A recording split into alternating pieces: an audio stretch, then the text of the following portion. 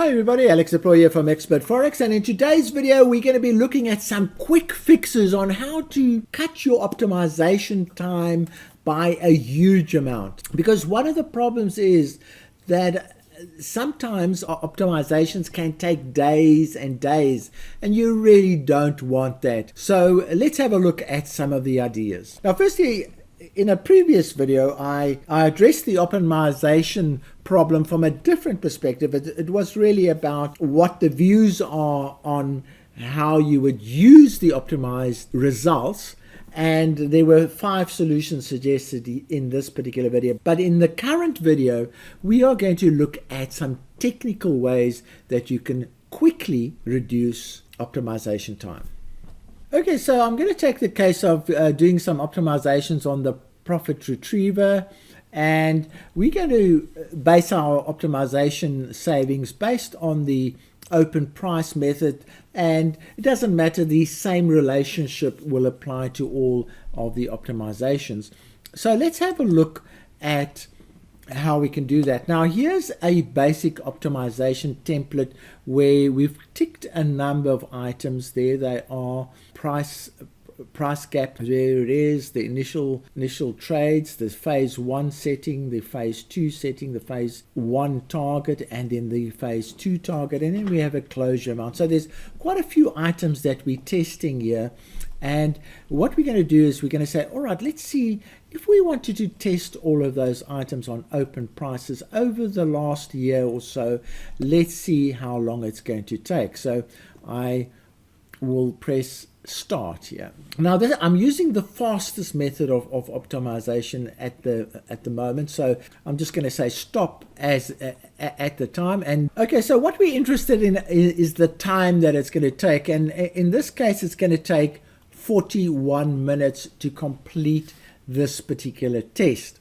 Now our objective is to reduce that time, so let's go back into the okay, so we're going to use 4 approaches to this testing. So we're going to increase the step sizes, and you'll see the impact on that. Then we're going to reduce the setting range, and I'll show you that. And then we're going to reduce the time tested. Again, I'll show you that. And then we're going to use the stop optimization technique. So that's what you're going to see in this video. We're going to apply that practically as we go along. So here is the test template, and the first item is to increase the size of the steps. So in other words, here we have 4 by steps of 100 to 104. I'm going to make that 200, so that you increase the size of the steps.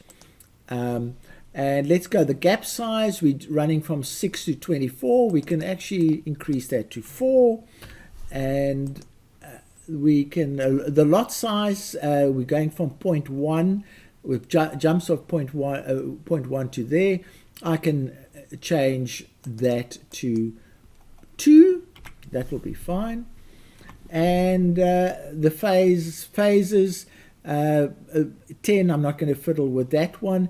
The target size 2, jumps of 0.1, so I'm going to make that 0.2. So can you see I'm actually changing the number of tests that it will perform, and that one I'm not going to fool around with, and this one I will also double that one. So that's what I mean by increasing the rates. And then this 1.5, okay, so I could make that 10.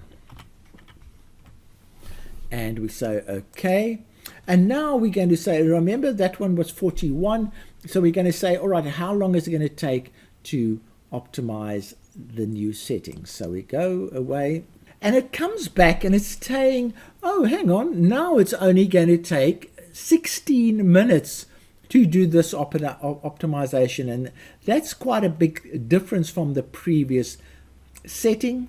And we've made a substantial saving already. So let's go back to the settings. So what I said is the next item is to change the ranges. So instead of this range from 4 with jumps of 200 to that level, we can change the range a bit. So we can make it a bit smaller. So I'm going to say, no, let's only go to 800.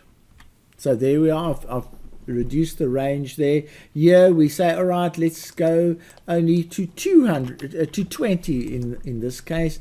Lot size, let's only go to 0.08. 0.8 rather, and then this change rate, that is fine, but you can reduce it to 80 if you want. So what we're doing now is we're actually reducing the range. That 4 can become a 3, and 150 can be 140. So I think you get the idea of decreasing the range of the testing. So it's 140, and then that can go down to 3. So what we've done is we've increased the step levels and we've decreased the range that we're testing. And this one, 5 up to 60, that can go up to 50. So that's how you decrease the ranges. You say, okay, and previously it was 16. Let's see what the new calculation is. So we run down. Okay, so it's decreased it a little bit to 13.5. So it hasn't made such a major jump. That's the second way of reducing the time taken to test. We've now gone from, I think, 48. I'm not sure if that was the number before, but we've gone down to 16, and now we're down to 13. So the next step is to reduce the time tested. So instead of testing a whole year, maybe we'll go for 8 months. So we'll start, we'll go 1, 2, 3, 4 on the 1st of September instead of the 1st of May. So we've reduced it by 4 months, and we're going to keep those settings and we're going to run it again. Okay, so now it's reduced to 955. So as you can see, we've basically reduced it by more than 75%.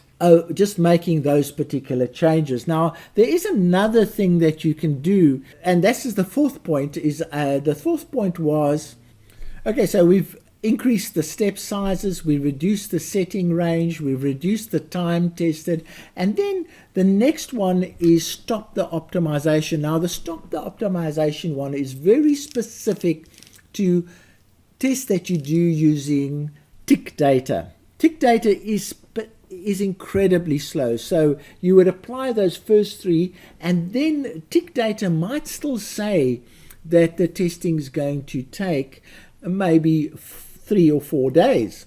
So what you do, the stop the optimization technique, how that works is you literally let the optimization run for about a day or 2.